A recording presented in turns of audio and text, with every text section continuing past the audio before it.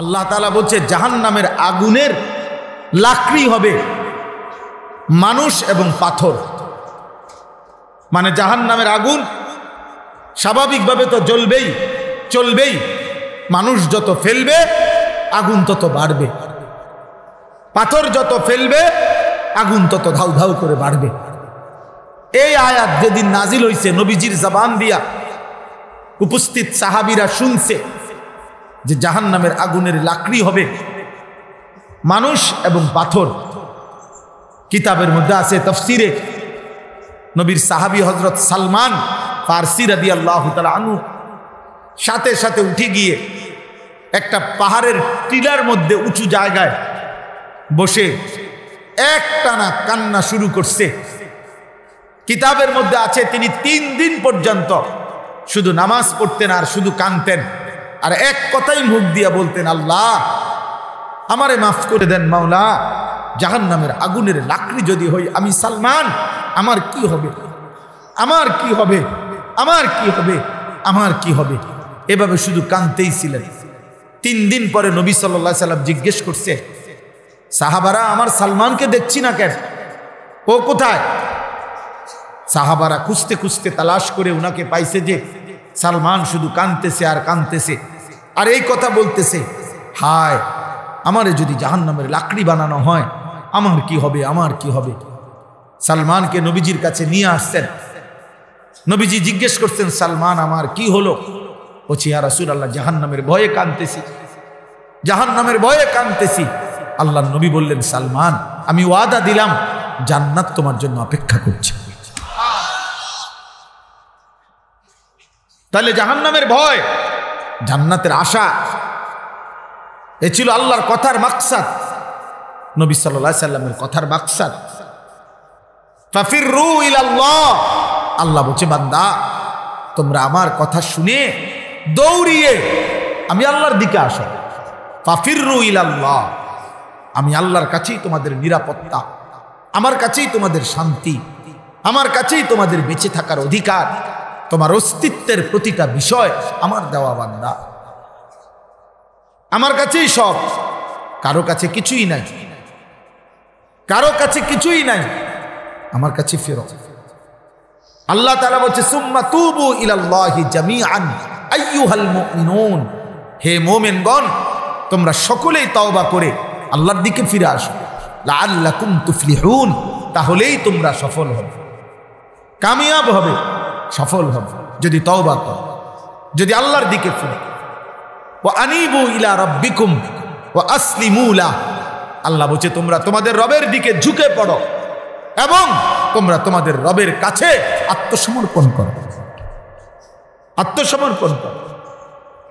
ইয়া আইয়ুহাল্লাযীনা আমানু তুবু ইলাল্লাহি তাওবাতান নাসুহা, আল্লাহ বলছে হে ঈমানদারগণ তোমরা তোমাদের আল্লাহর কাছে কায়ে মনোবাক্যে খালেস দিলে শতভাগ গুনাহ ছেড়ে দিয়ে তওবা করো, পিওর তওবা, খালেস তওবা, ফাঁকিঝুঁকি না, ফাঁকিঝুঁকি তওবা না, বাস্তবিক অর্থেই তওবা করো।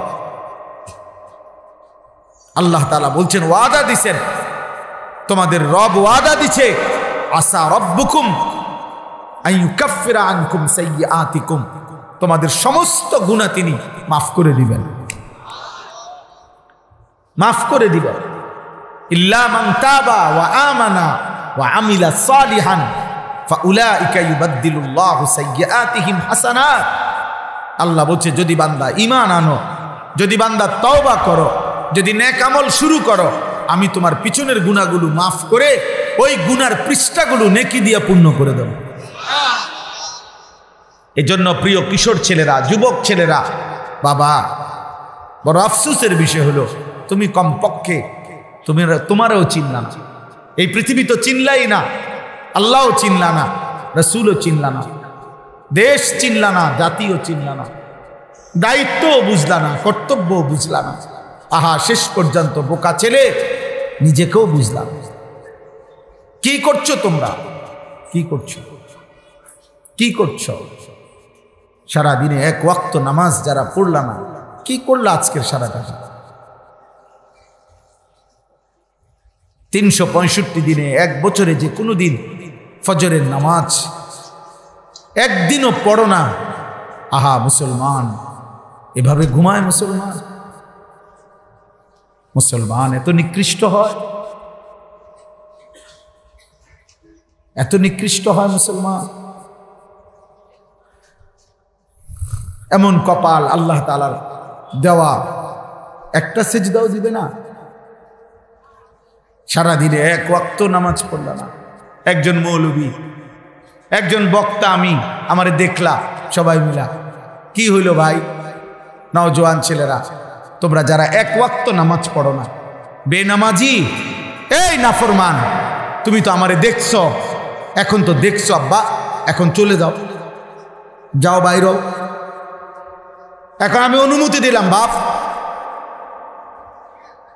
তোমার মতো দুশ্মন, তুমি তো আল্লাহর দুশ্মন, তুমি তো রাসূলুল্লাহ সাল্লাল্লাহু আলাইহি সাল্লামের দুশ্মন, তুমি তো ইসলামের দুশ্মন, তুমি তো কোরআনের দুশ্মন, তুমি তো নবীর চোখের পানির দুশ্মন, তুমি তো নবীর তায়েফের রক্তের দুশ্মন, তুমি নবীর ক্ষুধার্ত থাকা পেটে পাথর বাঁধা কষ্টের দুশ্মন। কাজে তুমি তো বক্তা দেখতে আসছো, তো বক্তা তো দেখছো, এখন এই যে দেখলা, এখন যাও, এখন বাইর হও, বাইর হও এখন। লজ্জা থাকলে আল্লাহকে সেজদা দাও।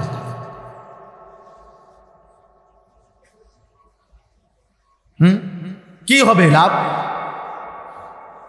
আমার সাথে একটা ছবি উঠাইবা, আয়ো আমি উঠাই, দুজনে একটা ছবি উঠাই, উঠাও, দাও মোবাইলে, তো মানুষে কি বলবে? বলবে যে তুমি বলো। তখন মানুষ জিজ্ঞেস করবে যে হে ছেলে, বলো তুমি কি হুজুরের মতো নাকি হুজুর তোমার মতো? তাহলে দুইজনের ভিন্ন, তাহলে আমি হুজুরের ভক্ত এ কথা বললেই কি? আর পৃথিবী এত পাগল মানুষে, মানুষে বোঝে না, মানুষে চিরা খায়,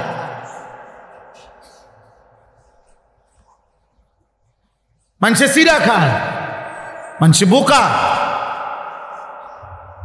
তোমার ভক্ত দিয়ে আমি করব কি বাবা? এই জন্য দোস্ত আমার 10 দিন ব্যাপী তাফসীরুল কোরআন, অনেক ফিকির। বর্তমানে এই ব্যস্ততার যুগে টানা এই মাহফিল ধরে রাখা আমার কাছে কষ্টকর মনে হয়। অনেক ব্যস্ততা মানুষের, যারা আয়োজন করে তাদেরও ব্যস্ততা। পৃথিবীর সমস্ত মানুষের এখন হার লাইনে উপার্জনের ব্যস্ততা বেড়ে গেছে বাপ। যে পণ্যের স্বাভাবিক দাম ছিল 30 টাকা, ওই পণ্যের দাম এখন 300 টাকা। যে পণ্যের স্বাভাবিক দাম ছিল 50 টাকা, ওই পণ্যের দাম হয়ে গেছে মনে করেন 500 টাকা। মানুষের প্রয়োজন এখন বেশি, বাস্তব হালালভাবে চলতো এখন অনেক টাকা দরকার, যার কারণে প্রত্যেকটা মানুষ কষ্ট বেশি করে, উপার্জনের জন্য ফিকির করে। এটা দোষণীয় না। আমি এইবারও সৌদি আরব হজ্জের সফরে প্রবাসীকে দেখছি, জিজ্ঞাইলাম ভাই এখন কই যান? কয় হুজুর 12 ঘন্টা বরাবর একখানে ডিউটি করে আসছি, এরপরে আর সময়ে যেই টাইম, এখান থেকে 6 ঘন্টা টাইম, এখন আরেকটা জায়গা যাইতেছি, ওইখানে 6 ঘন্টা ডিউটি করব, কইরা 18 ঘন্টা। এরপরের 6 ঘন্টা হুজুর এই বিশ্রাম, কাপড় চোপড় ধোয়া, খানা, একটু না নিজের আরাম, এইটুকু টাইম। তাই বললাম ভাই পরের 6 ঘন্টা আবার এই কষ্ট করেন? কয় হুজুর মা আগা বুড়া হয়ে গেছে, এখন পড়ালেখা করতে বড় সড়ো হয়ে গেছে, বউ বাচ্চার চাহিদ, সংসার বড় হয়ে গেছে, বাবা অসুস্থ, আগের মতো হয় না হুজুর, কুলাইতারিরা, এই জন্য কদ্দুর কষ্ট বেশি করি। 18 ঘন্টা ডিউটি করে মানুষ, 18 ঘন্টা। আর তোমরা কিশোর যুবক, এমন সুন্দর জীবন তোমরা একেবারে অনাদরে অবহেলায় শেষ করে দিচ্ছ। না আখিরাত চিনলা, না দুনিয়া চিনলা। আহারে অকর্মণ্য, অপদার্থ, একটা মোবাইল টিপতে টিপতে দুনিয়া শেষ করে দিল। আরে যদি সিরা বাজদা, মুড়ি বাজদা, তাইলেও কিছু হইত। যদি মাটি কাটতা, তাইলেও দিন শেষে 400 টাকা হাজিরা পাইত। একটা ছোট কাজ করো, ছোট কাজ। তোমার হাতে পূর্ণ শক্তি, তোমার বাবার হাতে ওই শক্তি নাই। 18 বছরের সন্তান, তোমার হাতে এখন যে পরিমাণ শক্তি, তোমার 50 বছর বাবার হাতে ওই শক্তি নাই। বাবার কষ্ট হয়, বাবা হয়তো একাকী নীরবে কাঁদে, অথবা ভাবে যাক আর আমার জীবন শেষ, আর সুখ করতে পারলাম না। জিফুতের যদি আল্লাহ সুখ দেয়, বলে না হুজুরের কথা ভাবে না? এক বাপ হয়তো মনে মনে ভাবে যা আর জীবনে আর সুখ পাইলাম না, যা ঠিক আছে, জিফুতের যদি আল্লাহ ভালো রাখে। আর তোমরা সেই বাবার কষ্টের মেহনতের টাকা দেদারসে নষ্ট করে দিচ্ছ। তোমরা বুঝলাও না বাবা মুসলমান কাকে বলে। বলো না বাবা। অনেক ছেলে তোমাদের চেহারা দেখে বোঝা যায় এক ওয়াক্ত নামাজ পড়ো না, হা বেনামাজি, চেহারা দেখলেই বোঝা যায় বাবা। বেনামাজির চেহারা পাষাণ, বেনামাজির চেহারা কালো, বেনামাজির চেহারায় কোনো দয়া মায়া থাকে না, বেনামাজির চেহারায় কোনো রসকস নেই, স্বাভাবিক সৌন্দর্য নাই। আল্লাহ নবী সাল্লাল্লাহু আলাইহি ওয়াসাল্লাম বলেছেন, মান কাসুরা সালাতুহু হাসুনা ওয়াজহুহু, যার নামাজের পরিমাণ বেশি তার চেহারায় সৌন্দর্যের পরিমাণ বেশি। নবীজি বলছেন, মান কাসুরা সালাতুহু ফিল লাইল হাসুনা ওয়াজহুহু ফিন নাহার, রাতের গভীরে যে নামাজ পড়ে বেশি, দিনের আলোতে আল্লাহ তাআলা তার চেহারা উজ্জ্বল করে, আলোকিত করে, আলোকিত করে। গুনার প্রথম আসর কি? আল্লাহর কসম, হযরত আব্দুল্লাহ ইবনে আব্বাস রাদিয়াল্লাহু তাআলা আনহুমা বলছেন, প্রত্যেক গুনার প্রথম ক্ষতি কি? মানে গুনার প্রথম ক্ষতি, প্রতিটা চুরি, ডাকাতি, জিনা, ব্যভিচার, মদ, জুয়া, সুদ, ঘুষ, কিস্তি, বেহায়াপনা, বেপরদিগি, নাটক, সিনেমা, হারাম যত কিছু, প্রত্যেক গুনার প্রথম ক্ষতি কি? সাওয়াদুন ফিল ওয়াজহ। হযরত আব্দুল্লাহ ইবনে আব্বাস বলছে, গুনার প্রথম ক্ষতি চেহারা কালো করে। আল্লাহর কসম, নবীর বিখ্যাত সাহাবী বলছে, শ্রেষ্ঠ সাহাবী আব্দুল্লাহ ইবনে আব্বাস রাদিয়াল্লাহু তাআলা, গুনার প্রথম ক্ষতি চেহারা কালো করে। জুলমাতুন ফিল কলব, দ্বিতীয় ক্ষতি অন্তর অন্ধকার করে। ওয়াহানুন ফিল বাদান, তৃতীয় ক্ষতি শরীর দুর্বল করে। দাইকুন ফির রিজক, চতুর্থ ক্ষতি রিজিক কমিয়ে দেয়। পঞ্চম ক্ষতি বুগদাতুন ফি কুলুবিল খালক, মানুষের অন্তরে ঘৃণা তৈরি করে। আমি প্রত্যেক দিন বলি, আমি আজও বলতেছি, প্রিয় বাবা, প্রিয় সন্তান, আমাকেও বলি, আপনাদেরকেও বলি, মনে রাখবেন, কোন পাপীকে মানুষ মানুষ নামে ডাকে না, পাপের নামে ডাকে। প্রিয় ছেলে, মনে রাখো আব্বা, পাপীকে মানুষ মানুষ নামে ডাকে না, পাপের নামে ডাকে। কোন সুদখোরকে মানুষ আর মানুষ নামে ডাকে না, বলে সুদখোর। কোন ঘুষখোরকে মানুষ আর মানুষ নামে ডাকে না, ঘুষখোর নামে ডাকে। কোন মদখোরকে মানুষ আর মানুষ নামে ডাকে না, বলে মদখোর, নেশাখোর, গাঁজাখোর। কোন জুয়ারিকে মানুষ মানুষ নামে আর ডাকে না, বলে জুয়ারি, লম্পট।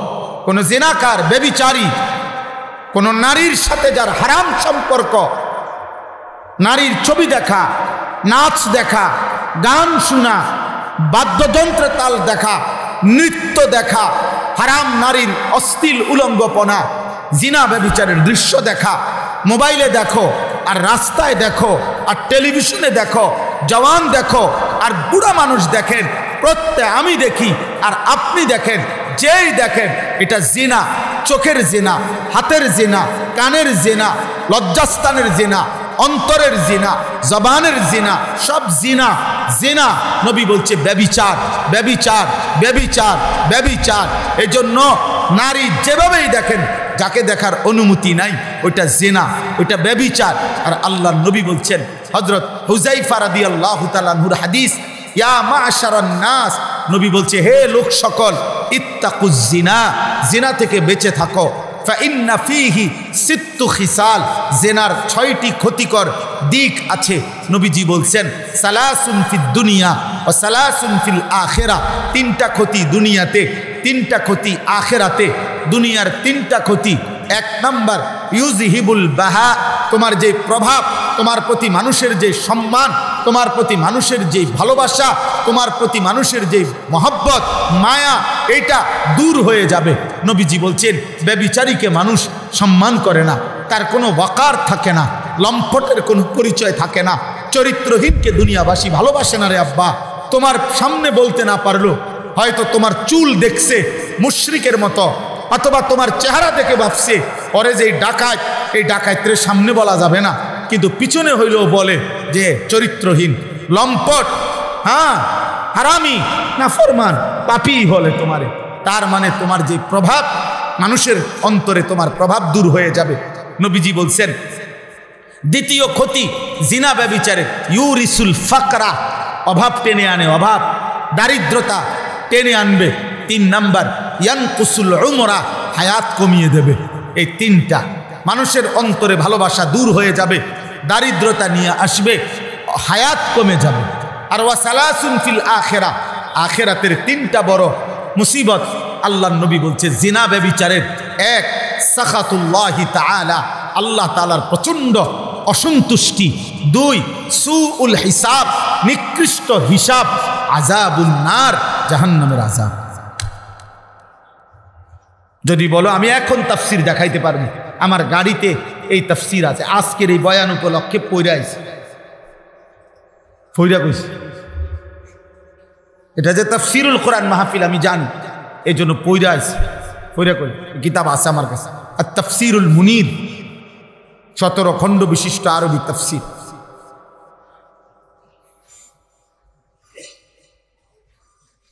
এজন্য বললাম, আমার বাপ গুনাহ নিচে নামায়, গুনাহ নিচে নামায়, গুনাহ তোমারে কোনোদিন দামি বানাবে না।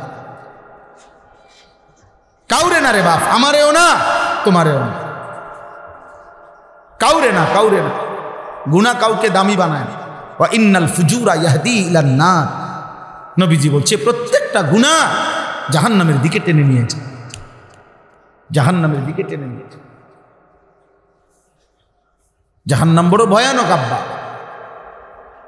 প্রিয় সন্তান, তুমি বুঝতেছো না, প্রিয় বাবা আপনি বুঝতেছেন না, আপনি সুদের টাকা ভুলে নিচ্ছেন। কেন নিচ্ছেন? ছেলে মানুষ করবেন, সুদের টাকায় ছেলে মানুষ হয় না, অমানুষ হয়। কিস্তির টাকায় সন্তান মানুষ হবে না।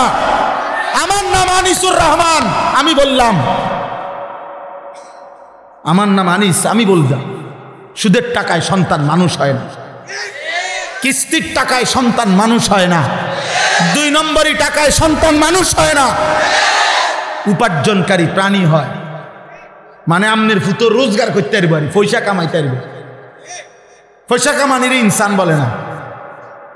টাকা না রোজগার করে, আখেরাত চিনে কিনা, হালাল হারাম চিনে কিনা, আখলাক চরিত্র আছে কিনা, নীতি নৈতিকতা আছে কিনা, কথা না শুদ্ধ কয়, 1 খোঁচা দিলে তো 200 কোটি টাকা মাইরা দেয়। মানুষ, হ্যাঁ, 100 কোটি টাকা যদি রাষ্ট্রের সম্পদ চুরি করে লায়, তে মানুষ, তে শুদ্ধর বাস করলে কি হবে? হেতে প্রত্যেক কথা পুরা পুরা কথা ইংরেজিতে করলে কি? বলেন, উপযুক্ত নারী যার পাশে বসা, খোলামেলা নারী, বেহায়া বেপর্দা নারী প্রতিনিয়ত যার সামনে বসা, এটা কি গুনাহ না? তো গুনাহ করলে, পাপ করলে সন্তান মানুষ হইল খুঁজে, টাকা না রোজগার করে। এজন্য আপনাদের বাবাদেরকে বলি, তাফসীরুল কোরআন মাহফিল আপনার কলিজায় নিয়ে যাবেন কথা, আপনার দিলে নিয়ে যাবেন, দিলে। আপনি বলেন, আপনি সুদ খাচ্ছেন কেন? কিস্তি নিলেন কেন? হারাম নিলেন কেন? ওজনে কেন কম দিলেন? জিফুত মানুষ করবেন? আল্লাহ নবী সাল্লাল্লাহু আলাইহি সাল্লাম বলছেন, লা ইয়াদখুলুল জান্নাতা জাসাদুন গুযিয়া বিল হারাম। আমার হুজুর এখানে বসা, জিজ্ঞেস করে, বিশুদ্ধ হাদিস। নবীজি বলছে, ওই দেহ জান্নাতে যাবে না যেই দেহ গোশত রক্ত বেড়ে উঠেছে হারামের দ্বারা। হাদিসের ব্যাখ্যায় আছে, আপনি কল্পনা করেন তো, যে ব্যক্তি হারাম রোজগার করে, তার নিজের গোশত রক্ত হইছে হারাম দ্বারা, তারই টাকা দিয়ে তো তার বউ বাচ্চা কাচ্চাগুলো পড়ালেখা করে, বাচ্চা কাচ্চাগুলো ভাত তরকারি খায়, এগুলোও তো বেড়ে উঠছে হারামের টাকায়, সুদের টাকায়, কিস্তির টাকায়, 2 নম্বরই টাকায়, ওজনে কম দেওয়া টাকায়, অবৈধ উপার্জনের টাকায়, অবৈধ সম্পদ ছিনতাই করা টাকায়। তাহলে এই জিফুত এরাও তো বেড়ে উঠছে এই হারামের দ্বারা। আল্লাহ নবী তো বলেন, যেই দেহ হারাম দ্বারা বেড়ে ওঠে, হারাম দ্বারা গড়ে ওঠে, খোদার কসম নবী বলছে, ওই দেহ জান্নাতে প্রবেশ করবে না, করবে না, করবে না, করবে না, করবে না। দৈন্তান নয় কান্না, চা দোয়ানে বইয়ে বইয়া গপ মাইরেন না, সুন্দর সুন্দর কথা। হ্যাঁ, কি না করছি জিভুতের লাগিয়া? কি না করছেন? সুদ খাইছেন? জানি তো, এটা করছেন। আর কত কিছু করলাম জীবনে জিভুতের লাগা। নিয়মিত ওজনে কম দিছেন, এই তো প্রতি কেজিতে 200 গ্রাম নাই। আপনি তো করছেন, আপনি তো করছেন, আপনি তো করছেন। এই 2 নম্বরই করে তো সোফা বানাইছেন, 6 নম্বরই করে তো আপনি ফ্রিজ কিনছেন। যদি বলেন হুজুর আমি করি না, তো আমি কি আপনি কইছি নাকি? আপনি চাইতেন কা কথা বুঝেন নাই? কেউ যদি বলেন হুজুর এটা কি আমারে করেন, আপনি যদি এগুলা না থাকেন, হ্যাঁ আপনারে কি আমি বলছি না? আর যে এই হারাম করছেন আপনারা না কন কা? আপনারা কি কইতো? জোনায়েদ বাগদাদি কইতো তো। আপনি টাকা নিলেন সুদ, আপনি খান সুদ, আপনারা কি কইতো? বাইজিদ বুস্তামি কইতো তো। কি কইতো? সুদকুর কইব তো। আপনারা বলতো কি তাহলে? আপনারা কি বলতো? আপনি করেন, আপনি বলেন যে আমি সুদ খাইলে খাই, কিন্তু আপনি আমারে জোনায়েদ বাগদাদি স্বাস্থ্য ভাই কইতো। এটা কি বিচারের কথা নেই তো? আল্লাহ আমাদেরকে হেফাজত করে। অতএব আমার মাকসাদ এটা, আমি 10 দিন ব্যাপী তাফসিরুল কোরআন এই মাহফিলে আমার অনুরোধ, আমি বাবা ভাই ছেলে পর্দার আড়ালের মা বোন প্রত্যেককে বলি, ইনসাফ করে। আমিও, আমরাও, ওয়ালতানজুর নাফসুম মা কদ্দামাত লিগাদ। আল্লাহ বলছে, বান্দা লক্ষ্য করো, তুমি খেয়াল করো, আজকের দুনিয়া থেকে আগামীকালকের আখিরাতের জন্য তুমি কি পাঠাই। তুমি খেয়াল করো বাবা, বান্দা তুমি তোমারটা হিসাব করো। ওয়ানাকতুবু মা কদ্দামু ওয়া আসারাহুম। আল্লাহ বলে, বান্দা মনে রেখো, তোমার প্রত্যেকটি আমল আমি লিখে রাখছি। এমন কি একটা আমল করতে গিয়ে তোমার যে কদম, পায়ের চিহ্ন, এই চিহ্নটার হিসাব পর্যন্ত আমি লিখে রাখছি, আমি লিখে রাখছি। আলিমাত তাফসুম মা কদ্দামাত ওয়া আখারাত। আল্লাহ বলছে, বান্দা তোমরা প্রত্যেকে নিজে সশরীরে জীবিত থেকে যেই আমল করেছ, এইটাও আমল নামায় তোমরা লিখিত হিসাব পাবা। আবার তোমরা যা পৃথিবীতে রেখে গেছো, ওইটার দ্বারা যদি কোনো নেকি আসে ওইটাও পাবা, ওইটার দ্বারা যদি কোনো গুনাহ আসে তো সেটাও পাইবে। তুমি যে মসজিদে করছো, মসজিদে টাকা 30,000 দিয়ে গেছো, তো তোমার মৃত্যুর পরেও এই মসজিদে যতদিন নামাজ হবে, সেজদা হবে, আল্লাহর বন্দিকি হবে, খোদার কসম আল্লাহ বলছে, বান্দা তোমার আমল নামা তো নেকি আসবে। আবার তুমি যে মাশাআল্লাহ এখন টেলিভিশন রেখে গেছো ঘরে, তোমার বউ আর তোমার জিফুত নাতি নাতনি মিল্লা সোফাত বইয়া ঠেঙ্গালগি দিয়া এখন যে নর্তকীর নাচ দেখে, নাটক দেখে, সিনেমা দেখে, নৃত্য দেখে, এগুলোর দ্বারা যা গুনাহ হয়, খোদার কসম তোমার আমল নামার মধ্যে তার প্রত্যেকটা গুনাহ সমান সমান 100 লেখা হবে, 100। ওদের গুনাহ যে দূর, তোমার গুনাহ। দাদা যান, আপনি টের পাবেন। দাদা আপনার নাতির আমল দিয়া আমনো আল্লাহর রহমতে সেরে যাবেন, আমনও টের পাবেন, আমনও টের পাইবেন। আপনি হাসরের ময়দানে দেখবেন, আখিরাতের হিসাব পাবেন। আপনি যখন দেখবেন যে নাটক সিনেমা আমনের নামে 10 কোটি, আপনি করবেন না কি কন আল্লাহ কারে দিয়ে লেখাইছেন তার ডাকেন। আমি টেলিভিশন চাইছি ঠিক আছে, 60 বছরে 10 কোটি হয় কেমনি? তখন ফেরেশতা বলবো চাচা আপনারা কি আগে কইছিল না হুজুররা যে আপনার নাতির টিউ হিসাব আইব? এগুলো আপনারা বলে নাই, আপনার ব্যবস্থাপনায় না। আপনি টিভিটা তো এরা বদলাইছে না, আপনার মরার পরও আরো 12 বছর এই টিভি হেঁটেই ছিল। বলেন আপনি কি করবেন? আপনি তখন অস্বীকার করবেন কেন? আবার নেককার সন্তান যে রেখে গেছে, হাদিস আপনারা অনেক শুনছেন, কোন নেক সন্তান যখন বাবা মার জন্য দোয়া করছে, প্রতিনিয়ত ইস্তেগফার করছে, আর আল্লাহ তাআলা ওই বাবা মার আমল নামার মধ্যে নেকি উঠাইছে, নেকি উঠাইছে, নেকি উঠাইছে। হাসরের দিন ওই বাবা মা নিজের আমল নামার নেকি দেখে বলবে, আয় মাওলা এত নেকি আমার নামে কোত্থেকে আসলো, আমার এত গুনাহ কেমনে মাফ হইল? তো আল্লাহ তাআলা বলবে, ইস্তিগফারে ওয়ালাদিকুমা, তোমাদের সন্তানদের দোয়ার বরকতে, ইস্তিগফারের বরকতে প্রতিনিয়ত তোমাদের সন্তান তোমাদের দুনিয়াতে, তোমাদের মৃত্যুর পরে রব্বির হামহুমা কামা রব্বায়ানি সগীরা, রহম চাইছে আমার কাছে, আমি নেকি দিছি। রব্বানা গফিরলি ওয়া লিওয়ালিদাইয়া, আল্লাহ আমারে মাফ করে দেন, আমার মা বাপকে মাফ করে দেন, এই দোয়া করছে, তো আমি গুনাহ মাফ করতে থাকছি।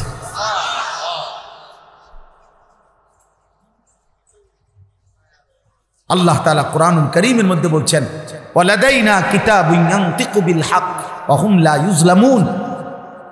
বান্দা আমার কাছে আমার নির্ধারিত ফেরেশতা আমার পক্ষ থেকে আমলনামার কিতাব, আমলনামার বই প্রস্তুত করছে। কিয়ামতের দিন সেই আমলনামার বই তোমার সামনে কথা বলবে। ওয়া হুম লা ইউজলামুন, কোনো জুলুম হবে না কারো উপরে, না একটা নেকি কম আসবে না, একটা গুনাহ বেশি উঠবে না। ঠিক তুমি যা করেছ, তোমার নামে যা জমা হয়েছে, তুমি তোমার জেনারেশনের কর্মের ফসল সেটাই ভোগ করবে, সেটাই ভোগ করবা, বেশি হবে না, কম হবে না। আজকে এই রাত গভীরে আমি তাফসীরুল কোরআন এই মাহফিলে প্রত্যেককে বলি, নিয়ত করেন ইনশাআল্লাহ গুনাহ ছাড়বো ইনশাআল্লাহ। মিথ্যা বইলেন না, চুরি করেন না, জিনা করবেন না, ব্যভিচার করবেন না, সুদ খায়েন না, কিস্তি নিয়েন না, নাটক সিনেমা বন্ধ করেন। এই বাপ যাদের ঘরে প্রতিদিন টেলিভিশনে নাচ গান চলে, আপনি প্রকাশ্য দায়ুস। আপনি ওই পুরুষ যেই পুরুষ তার স্ত্রী সন্তানের জন্য গুনাহ প্রতিদিন স্বীকৃতি দিচ্ছে, তাকে দায়ুস বলে, দায়ুস। আল্লাহর নবী বলছে এমন দায়ুসের জন্য জান্নাত হারাম। আল্লাযী ইউকিররু আহলাহু আল খুবুস, যেই পুরুষ তার স্ত্রী সন্তানের জন্য অশ্লীলতা, বেহায়াপনা মেনে নিচ্ছে, তারে বলে দায়ুস। দায়ুস মহিলারে কয় না, দায়ুস পুরুষের সিফাত। বোঝেন নাই আমার কথা? মনে আমরা দায়ুস নাম শব্দ শুনছেন না, যে দায়ুসের জন্য জান্নাত কি হারাম। দায়ুস বলা হয় পুরুষকে, মহিলাকে না, মহিলাকে না, মহিলাকে না, পুরুষের সিফাত এটা। ওই পুরুষকে দায়ুস বলে যেই পুরুষ তার স্ত্রী কন্যা, তার পরিবারের সদস্যদের জন্য অশ্লীলতা, বেহায়াপনা, অসভ্যতা, নোংরামি মেনে নিচ্ছে। তো নাটক, সিনেমা, নর্তকী, ছবি, গান, বাদ্য, এটা যে আমনের ঘরে আমনের টাকা দিয়া টেলিভিশনের বিল দেয়, ডিশের বিল দেয়, আপনি বোঝেন না? আপনি সিরা খান, হ্যাঁ? আপনি কিতা মনে করছেন আখেরাত সাদওয়ান? আপনি সাদওয়ানে বইয়ে বইয়ে গপ মারেন, সুন্দর সুন্দর কথা কন, হ্যাঁ? আখেরাত কি সাদওয়ানের নাম? হাসরের মাঠ কি সাদওয়ান? তো কি তা ফুটবল খেলার মাঠ, তামাশা? তো আখিরাত তামাশা। ফাকাইফা তাত্তাকুনা ইন কাফারতুম ইয়াওমান ইয়াজালুল বিলদানা শিবা। রব্বুল আলামিন বলে, বান্দা এই যে দিবানিশি নাফরমানি করছো,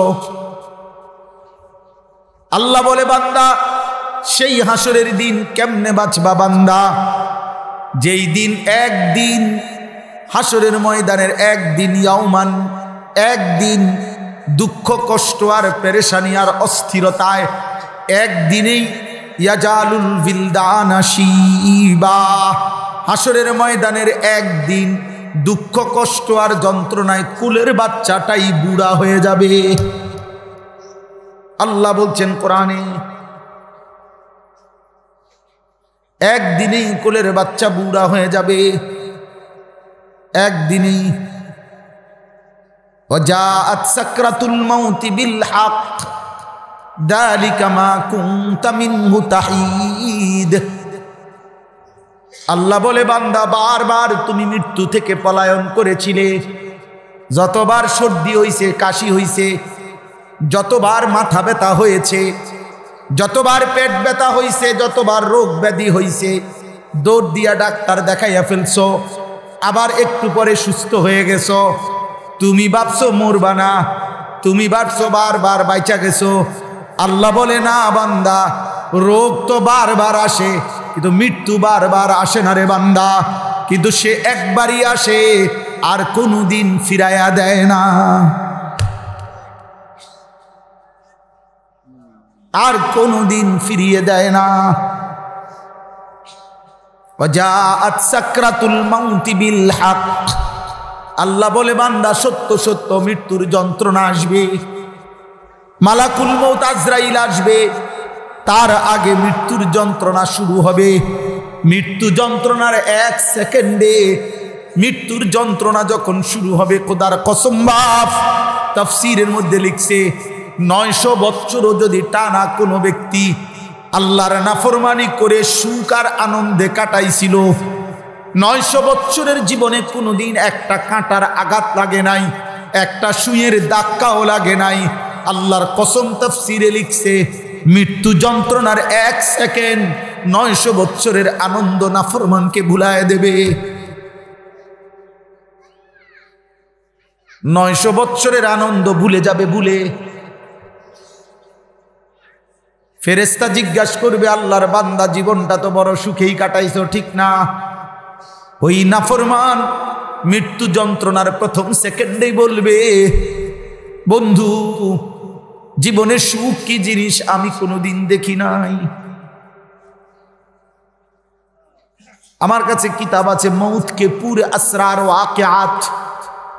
ওই কিতাবে লিখছে, হযরত ঈসা আলাইহিস সালাম নূহ নবীর একজন বংশধরকে কবর থেকে উঠাইছিলেন। উঠাইয়া জিজ্ঞেস করছিলেন, হে নূহ নবীর বংশধর, আপনি পৃথিবীতে কতদিন হায়াত পেয়েছেন? নূহ নবীর বংশধর বললেন 450 বছর। কয়শো বছর? ঈসা নবী বললেন, হে নবী নূহের বংশধর, আপনার চুল দাড়ি সাদা হইছে কোন দিন? নূহ নবীর বংশধর বলছে, ঈসা নবী, হে নবী ঈসা, আল্লাহর কসম 450 বছরে কোনোদিন আমার চুল দাড়ি সাদা হয় নাই, কালোই ছিল। কিন্তু খোদার কসম নবী ঈসা, মালাকুল মউত আজরাইল যখন জান কবজ করে, জান কবজের ওই 30 সেকেন্ড আর 1 মিনিটে যখন রুহুটা টান দেয়, 450 বছরের কালো চুল দাড়ি আমার 1 নিমিষেই সাদা হয়ে গেছে। আমি জান কবজের ওই 1 মুহূর্তই 450 বছরের যৌবন ভুলে গেছি।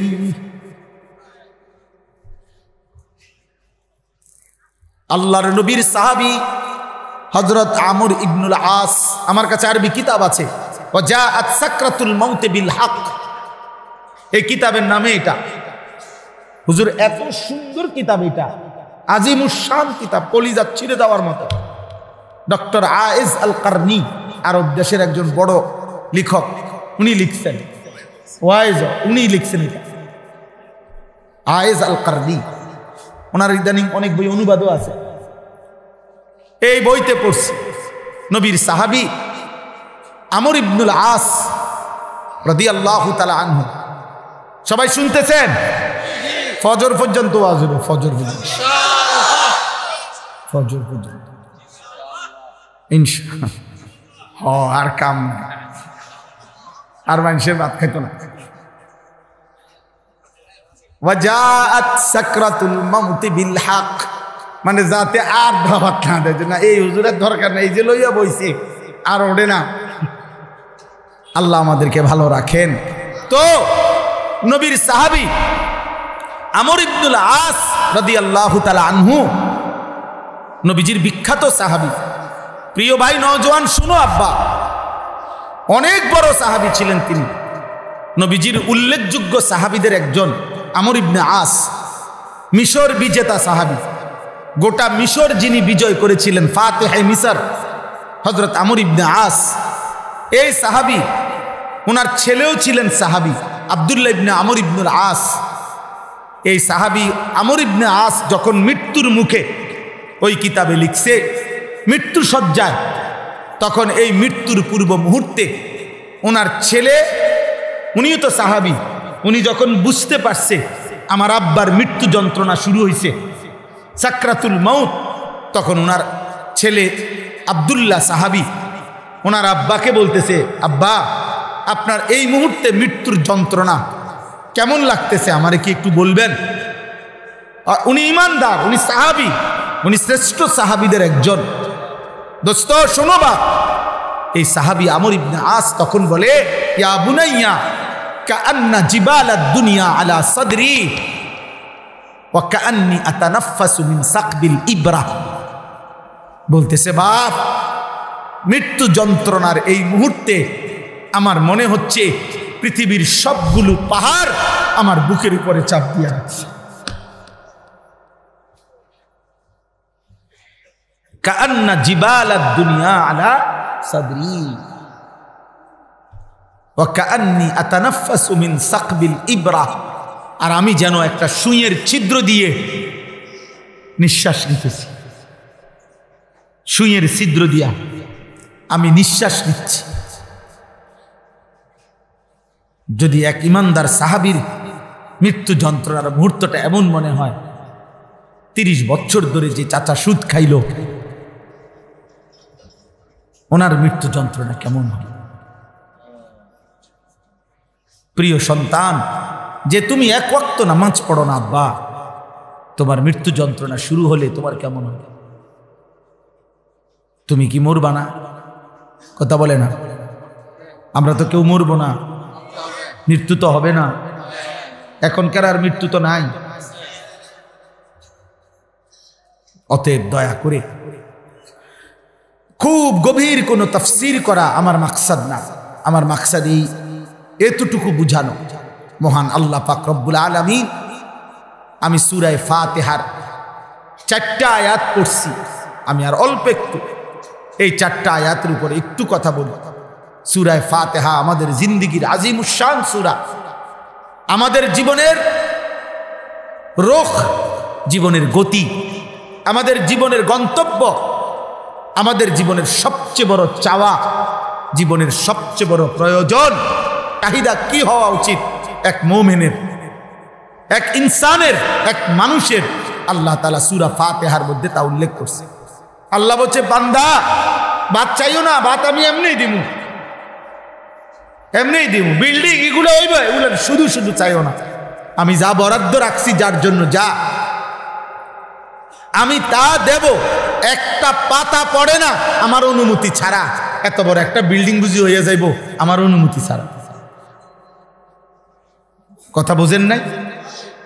জমিনের একটা পাতা আল্লাহর অনুমতি ছাড়া পড়ে?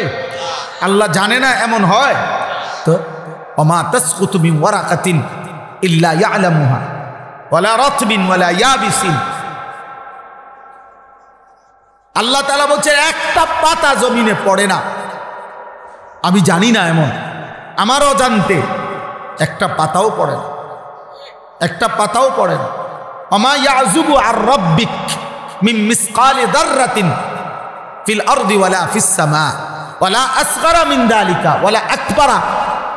আল্লাহ বলছে তোমার রবের দৃষ্টি থেকে গোপন থাকবে না এক জাররা মিসকালা জাররা, এক বিন্দু জিনিসও, এক জাররা, চাই সেটা জমিনের 7 তবক নিচে হোক, চাই সেটা 7 আসমানের ঊর্ধ্বে হোক, ওয়ালা আসগারা মিন যালিকা, এক জাররা কদ্দুর পৃথিবীর কেউ আজ পর্যন্ত তার পরিমাপ বলতে পারে নাই।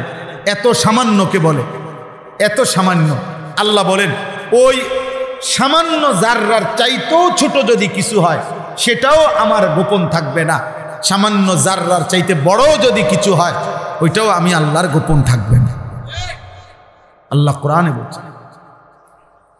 হযরত লুকমান হাকিম ওনার ছেলেকে বলছেন, ইয়া বুনাইয়া ইন্নাহা ইন তাকু মিন মিসকালি যাররা, তোমার গুনাহ, তোমার নেকি যেটাই হোক, এটা যদি 1 জাররা পরিমাণও হয়, ফাতাকুন ফি সাখরাতিন, ধরেন গুনাহ, সেটা করবার জন্য যদি তুমি পাথরের ভিতরে আশ্রয় নাও, অথবা আসমানের ঊর্ধ্বে উঠে যাও, অথবা 7 তবক জমিনের নিচে ডাইব্বা যাও, আল্লাহ বলেন, লোকমান হাকিম বলছে, ইয়াতি বিহাল্লাহ, সন্তান আমার মনে রেখো, আল্লাহ কিয়ামতের দিন পাথরের আড়াল থেকে, 7 আসমানের উপর থেকে, কিংবা 7 তবক জমিনের নিচ থেকে তোমার কৃতকর্মটাও তোমার সামনে নিয়ে আসবে,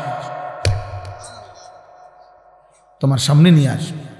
তোমরা ভুল করছো বাবা, রাত 2টায় তোমরা ভাবছো পৃথিবী ঘুমায় গেছে, লাইট নিভাইয়ে দিছ, দরজা জানালা বন্ধ করে ফেলছ, কানে ইয়ারফোন লাগাইছ, উলঙ্গ ছবি আর নর্তকীর জিনা আর ব্যভিচার আর হারাম দৃশ্য দেখতেছ।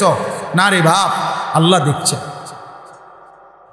ইল্লা কুন্না আলাইকুম শুহুদান ইজ তুফিদুনা ফি, কোরআনে আল্লাহ বলছে, বান্দা তুমি যাই করো না কেন, যখন তা করতে থাকো, ভালো কিংবা মন্দ, খোদার কসম আল্লাহ বলে, আমি আল্লাহ সামনেই থাকি, সামনেই থাকি, সামনেই থাকি,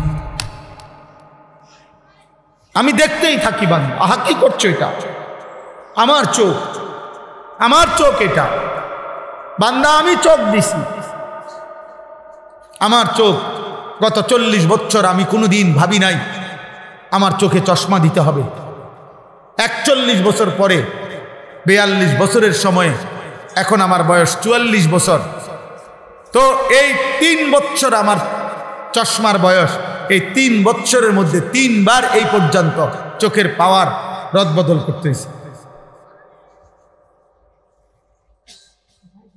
অথচ পিছনের 40 বছর আমি কোনোদিন চশমা পরি নাই, আমি কোনোদিন ভাবিও নাই যে আমার ছোট লেখা দেখতে কষ্ট হয়। আমি তো আমার জীবনের সাক্ষী।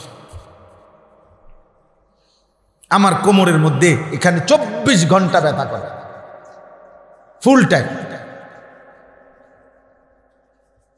আমি বাংলাদেশের বড় ডাক্তার দেখাইছি, একবারে পিজির চেয়ারম্যান, আরো বড় বহির্বিশ্বে ডাক্তার দেখাইছে। এই ওষুধ দেয়, এই ওষুধ খাই, কিন্তু ব্যথা তো কমে না। আমার গলায় আমি 2 বার অপারেশন করছি। তাইলে একটু সব 40-এর পরে বুঝাইতে চাইলাম, বাবা দয়া করে প্রত্যেকেই আমরা যেই কোনো মুহূর্তে এমন সুন্দর দেওয়া জীবন, যৌবন, কিশোর ভাই বাবা, অল্প সময়ের ব্যবধানে, দেখতে দেখতে অল্প কয়েকদিনের ব্যবধানে তুমি দুর্বল হয়ে যাবা। তোমার শারীরিক সক্ষমতা, সারা অঙ্গের মধ্যে ঘাটতি শুরু হয়ে যাবে। ঘাটতি, হয় কবরে চলে যাবা, নাই তো দুর্বল হয়ে যাবা। কিছু করলে এখন করো। আশ-শাবাবুহুম আসাবুল উম্মাহ, কোন জাতির যুব সমাজ ওই জাতির মেরুদণ্ড। মেরুদণ্ড যদি না থাকে মানুষ সোজা হয়ে দাঁড়াইতেও পারে না, মেরুদণ্ড না থাকলে মানুষ বসতেও পারে না, শুয়ে যাইতে হয়। মেরুদণ্ড যদি ভেঙে যায়, মাঝের হাড্ডি পিছনের, ওই মানুষ আর বসে থাকতে পারবে? সোজা দাঁড়ায় থাকতে পারবে? এই জন্য ভাইয়া, কোনো জাতির যুব সমাজ যদি নষ্ট হয়ে যায়, ওই জাতি আর টিকে না। আমরা তো এটা ভয় পাই বেশি। আমি এই চিৎকার চেঁচামেচি আমার এই আহাজারি এই কারণে রে বাপ, ভোটের লাগবে না। ধীরে ধীরে ভোটের প্রস্তুতি নিতে আসি, আস্তে আস্তে জনসমর্থন বাড়লে ভোট সামু। কসম আল্লাহ, এটা না, কসম খোদা, এইটা না। বলতে চাচ্ছি তোমাদের নিজেরও ভবিষ্যৎ, জাতিরও ভবিষ্যৎ, ইসলামেরও ভবিষ্যৎ। তোমরা ইসলামেরও ভবিষ্যৎ। এখানে আমি প্রতিদিন বলি, মনে করেন এই যে এখানে সর্বোচ্চ 20 কিলোমিটার জায়গা, সর্বোচ্চ 20 থেকে 30 কিলোমিটার জায়গার ছেলে পেলে এখানে আসছে।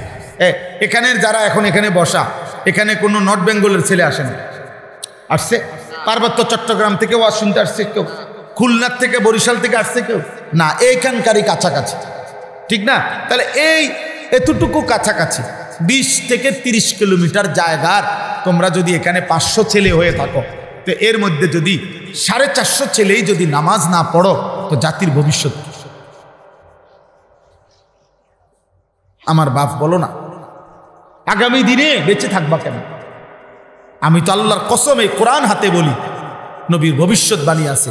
কোন সমাজের মধ্যে, কোন মহল্লার মধ্যে যদি ব্যাপকভাবে নারী পুরুষের ব্যাপক মেলামেশা, জিনা ব্যভিচার, ছেলে মেয়েদের মধ্যে যদি চরিত্রহীনতা, অসভ্যতা বেড়ে যায়, খোদার কসম নবী সাল্লাল্লাহু আলাইহি ওয়াসাল্লাম বলছেন যে লাম তাজহারিল ফাহিশাতু ফি কওমিন কাত্তু ইল্লা ফাশা ফীহিমুত তাউন ওয়াল আওজা আল্লাতী মাদাত লাম তাকুন ফি আসলাফিহিম।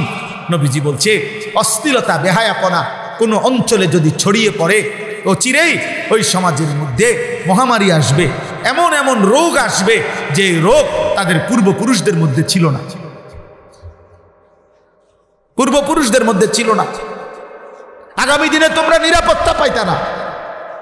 এরপরে তাফসীরের মধ্যে আছে, কোন সমাজের মধ্যে যদি ব্যাপকভাবে ছেলে মেয়েদের অবাধ চলাফেরা, মেলামেশা, জিনা ব্যভিচার বেড়ে যায়, হারাম সম্পর্ক বেড়ে যায়, তো একটা সময় এসে ওই সমাজের মধ্যে নারীর পবিত্রতা থাকবে না, নারীর ইজ্জত থাকবে না, তখন হালাল পবিত্র বন্ধন থাকবে না, পবিত্র স্বামী স্ত্রীর বন্ধন থাকবে না, তখন অসংখ্য অগণিত মানুষ তারা অবৈধ হারাম সন্তান প্রসব করবে, আর মানুষের সঠিক বংশ, প্রকৃত বংশ, আত্মপরিচয় বিলীন হয়ে যাবে।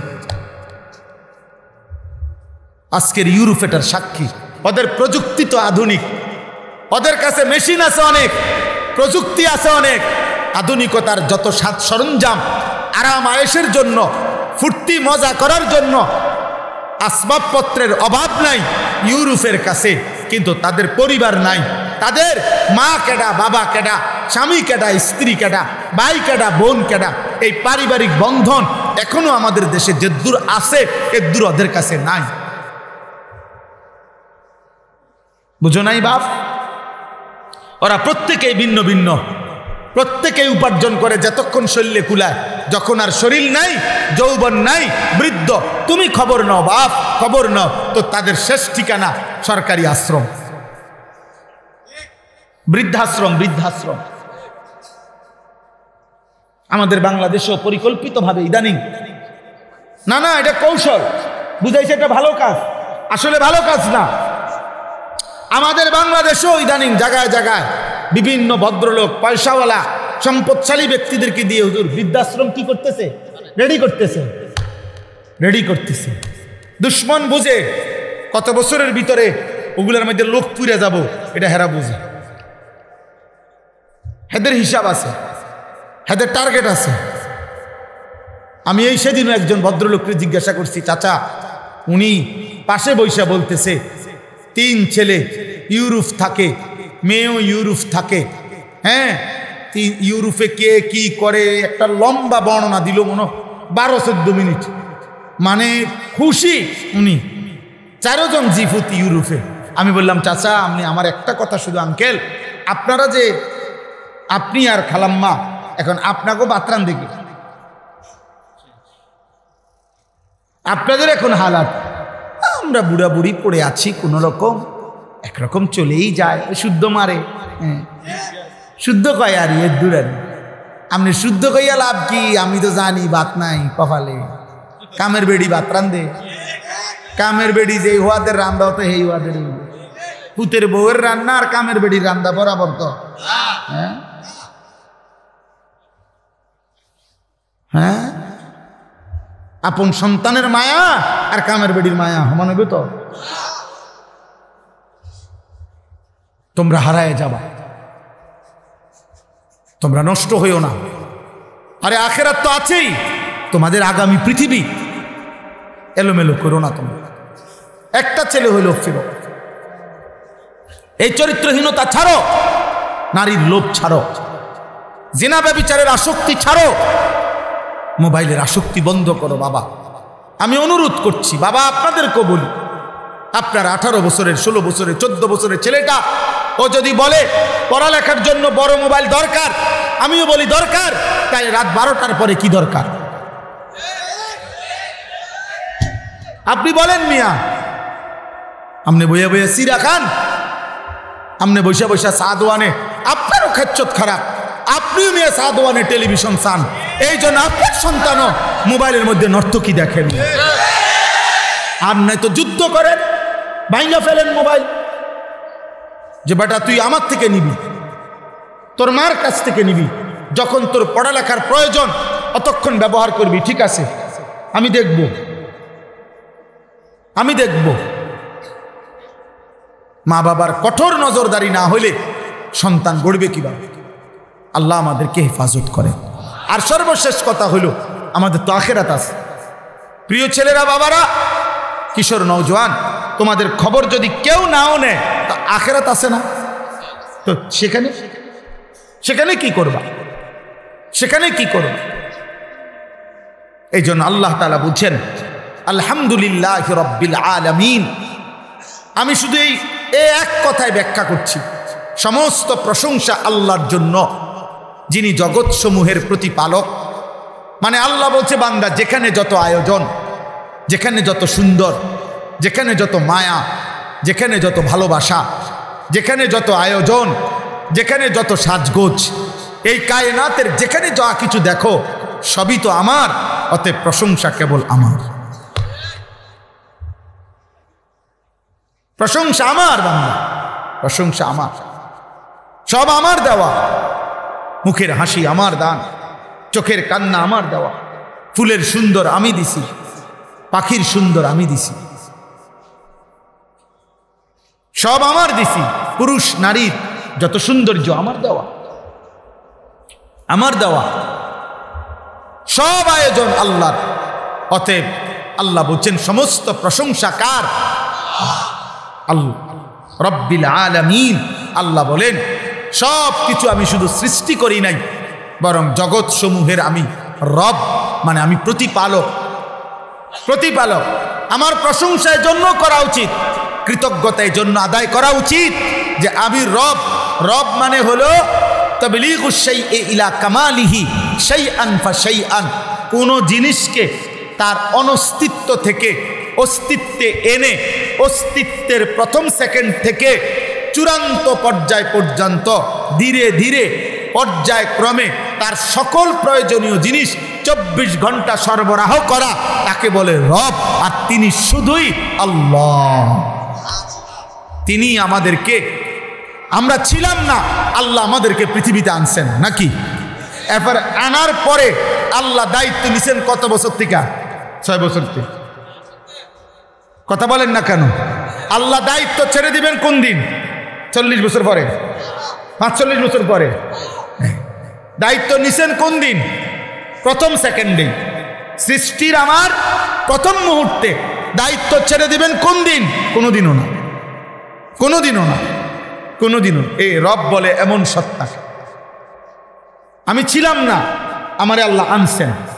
আনার পরের থেকে প্রথম সেকেন্ড থেকে চূড়ান্ত পর্যন্ত ধীরে ধীরে ধীরে ধীরে যখন আমার যা লাগবে সব কিছু দিয়ে যিনি আমাকে লালন পালন করেছেন, করছেন 24 ঘন্টা প্রতি রাত, প্রতিদিন, প্রতি ঘন্টা, প্রতি মিনিট আমার যা দরকার, রোদ, বৃষ্টি, আলো, অন্ধকার, রাত্র, দিন, সকাল, দুপুর, আহার, নিদ্রা, ঘুম, স্ত্রী, কন্যা, সন্তান, পুত্র, উপার্জন, রোজগার, ঘুম, যা দরকার যিনি সেকেন্ড সেকেন্ড দিচ্ছেন তিনি রব। আল্লাহ বলেন এত কিছুর বিনিময়ে আমি তোমার কাছ থেকে কৃতজ্ঞতা পাবো না? মানুষ 10 টাকার কৃতজ্ঞতা তো জানায়। গত সপ্তাহে যদি কাউরে 10 টাকার একটা বন আর 1 কাপ চা খাওয়ায়, 1 সপ্তাহ পরে যদি ডাক দেয়, এই আনিস একটু এদিকে যামু, তখন তো আমার বিবেক বলবে ও আমারে গত সোমবারে 10টা টাকা খাওয়াইছে, আজগা মুখের উপরে কেমনে মানা করে দেই, মুখের উপরে কেমনে মানা করে দেই, যাইতাম না। দেয় বেটা, এটা মানায় না, এটা ভদ্রতা তো আছে, কথা বলেন না? তো এই কারণে মানুষ যায় কি না? তাহলে এত বড় মহান আল্লাহ, এত কিছু দিয়ে যিনি আমাকে লালন পালন করছেন, তিনি আমার কাছ থেকে একটা সেজদা পায় না? প্রিয় সন্তান, কেমনে ঘুমাইবা? এই বাপ বেনামাজি আজকে রাত্রে কেমনে ঘুমাইবা যদি এই ঘুমার না ভাঙ্গে? ঘুমার না ভাঙ্গে, এই রাত যদি আর ভোর না হয়। আমার এক মহব্বতের ছেলে ফেনীবাড়ি, ও আমার মাদ্রাসায় স্কুলের ছেলে, 3 দিনের কোর্স করছিল। আমরা প্রতি 3 মাস পর পর আমার মাদ্রাসায় স্কুল, কলেজ, ইউনিভার্সিটির ছেলেদের জন্য অজু, নামাজ, সূরা, কেরাত, দোয়া, কালাম এগুলার কোর্স করি আর শিখাই আমার মাদ্রাসার উস্তাদ এবং বড় ছাত্র দিয়ে।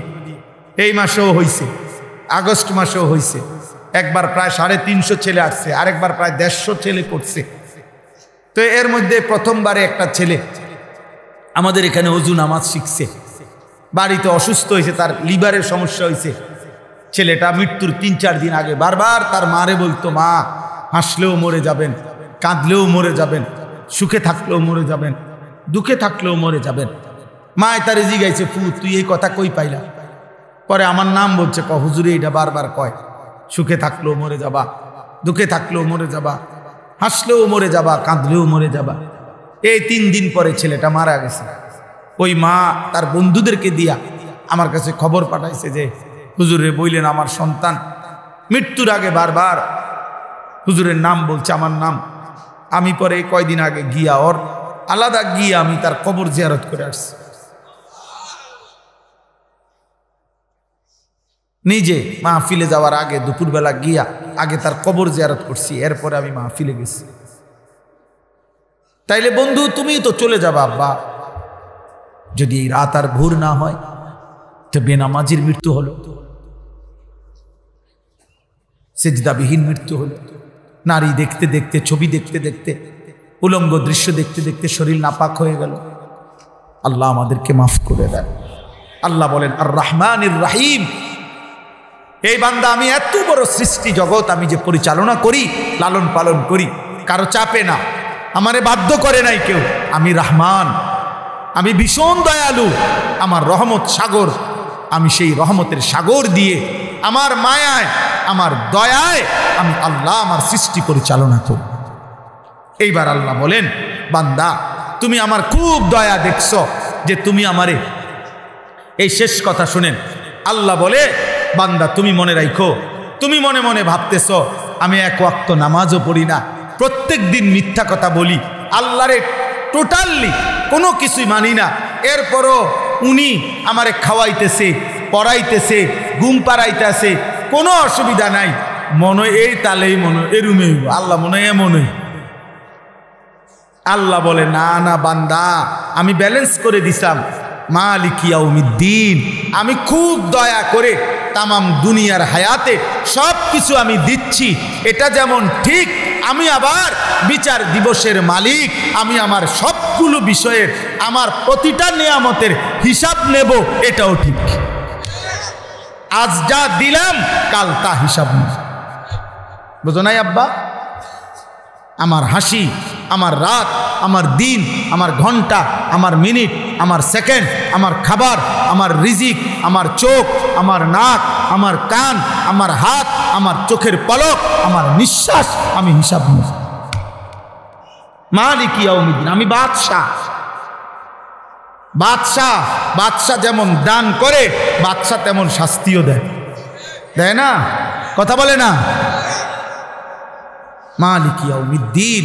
অতএব আল্লাহ আমাদের জীবনে ভারসাম্য এনে দিছে যে আল্লাহ বলে, বান্দা আমি ভীষণ রহমতের কারণে, দয়া মায়ার কারণে সবাইকে লালন পালন করছি, কিন্তু অনুগত অবাধ্য এখন সবাইকে দিলাম, তবে মনে রেখো আমি কিন্তু সবটার হিসাব নিই।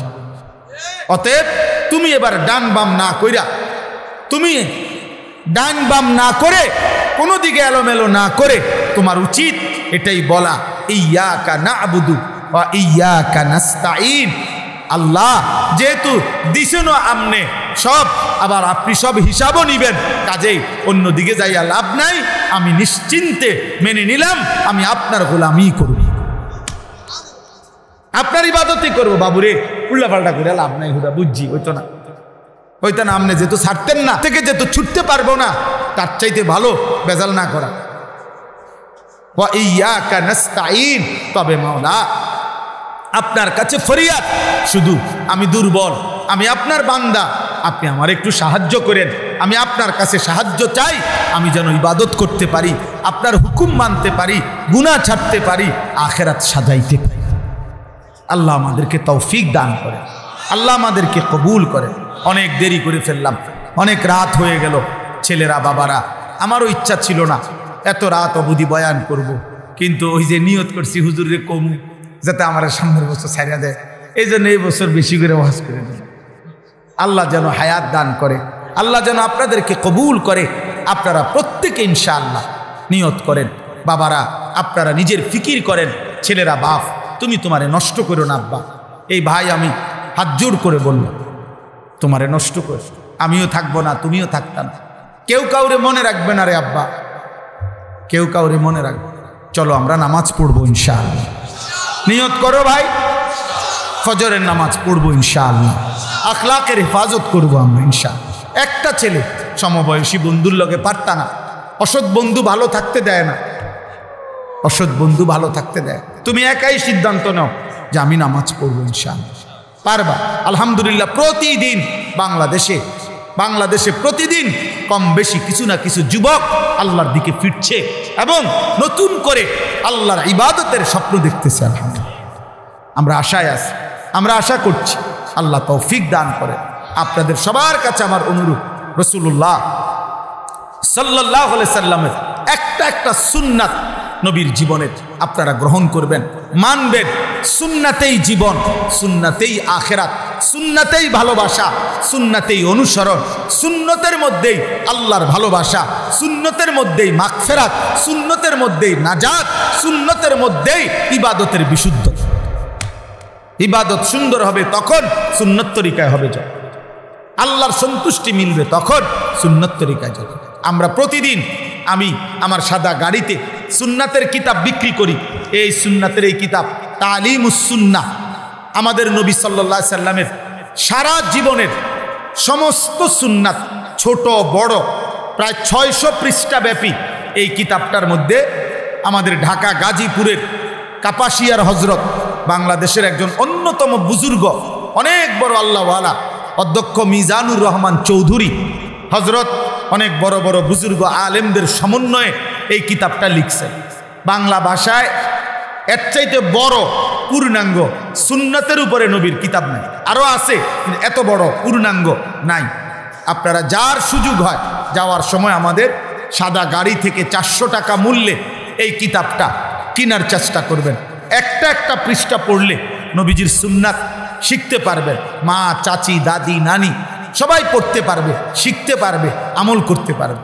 আল্লাহ আমাদেরকে সুন্নাতের আলোকে জীবন গড়ার তৌফিক দান করেন। তাফসীরুল কোরআন এই মাহফিল 10 দিনের আল্লাহ তাআলা কিয়ামত পর্যন্ত কায়েম দায়েম করে দেন, কবুল করেন। যাদের ভালোবাসা, যাদের চেষ্টা, যাদের অর্থায়ন সহযোগিতায় এই মাহফিল, আল্লাহ সবাইকে উত্তম বিনিময় দান করেন। সুবহানাল্লাহি ওয়া বিহামদিহি, সুবহানাকাল্লাহুম্মা। দোয়া করব, আলহামদুলিল্লাহি রাব্বিল আলামিন। মাওলায়ে করিম আপনি মাফ করে দেন, আয় করিম আপনি মাফ করে দেন।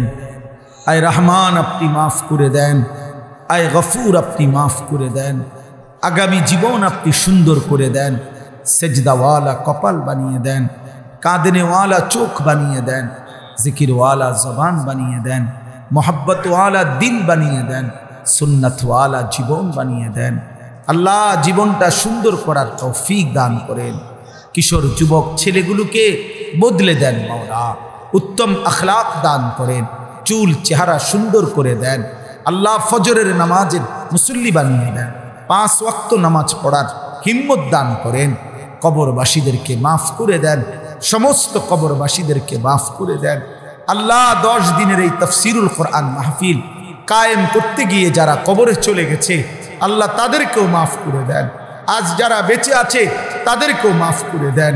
আল্লাহ অসুস্থ বিমারি যারা শিফায়ে কামেলা আজেলা দান করেন, মাহফিল খানা কায়েম করে দেন, দায়েম করে দেন। আজকের এই দ্বিতীয় দিন, আগামী 8 দিনও আল্লাহ নিরাপদে সহি সালামতে ওলামায়ে কেরামের জবান থেকে আপনার বান্দাদেরকে কথা শুনবার তৌফিক দান করেন। আপনি কবুল করেন। আপনি চাইলে সব হবে মাওলা, আপনি না চাইলে কিছুই হবে না। আল্লাহ যে যেভাবে অংশগ্রহণ করেছে, 1 টাকা 10 টাকা বুঝি না, যে যেমনে দিছে মাওলা, প্রতিটি আয়োজন, প্রতিটা দান, প্রতিটা টাকা, প্রতিটা বুদ্ধি, পরামর্শ, সাদাকা সব আপনি কবুল করে নেন। আল্লাহ আমার উস্তাদে মোহতারাম আল্লাহ হুজুরকে আপনি হায়াতে তৈয়বা আফিয়া দান করেন। আল্লাহ আমার মুদির আল্লামা সাজিদুর রহমান, আল্লাহ তার ছায়াকে আমাদের উপরে দীর্ঘায়িত করেন। আল্লাহ উম্মতের উলামায়ে কেরামকে আল্লাহ আপনি কবুল আর মনসুর করে নেন। এখানে বয়স্ক বাবা চাচা আল্লাহ উনাদেরকে আরো বেশি নেক আমলের তৌফিক দেন। মা বোনদেরকে পর্দা পুশিদা দান করেন। আমাদের সকলকে নেক জীবন দান করেন। রব্বির হামহুমা কামা রব্বায়ানি সগীরা। সুবহান রব্বিকা রব্বিল ইজ্জাতি আম্মা ইয়াসিফুন ওয়া সালামুন আলাল মুরসালিন ওয়ালহামদুলিল্লাহি রাব্বিল আলামিন। বাবা কেউ স্টেজে উঠো না, স্টেজে এটা নরম, নিচে নিচে, স্টেজে কেউ উঠো না ইনশাআল্লাহ। নিচে নিচে নিচে নিচে মুসাফা করো।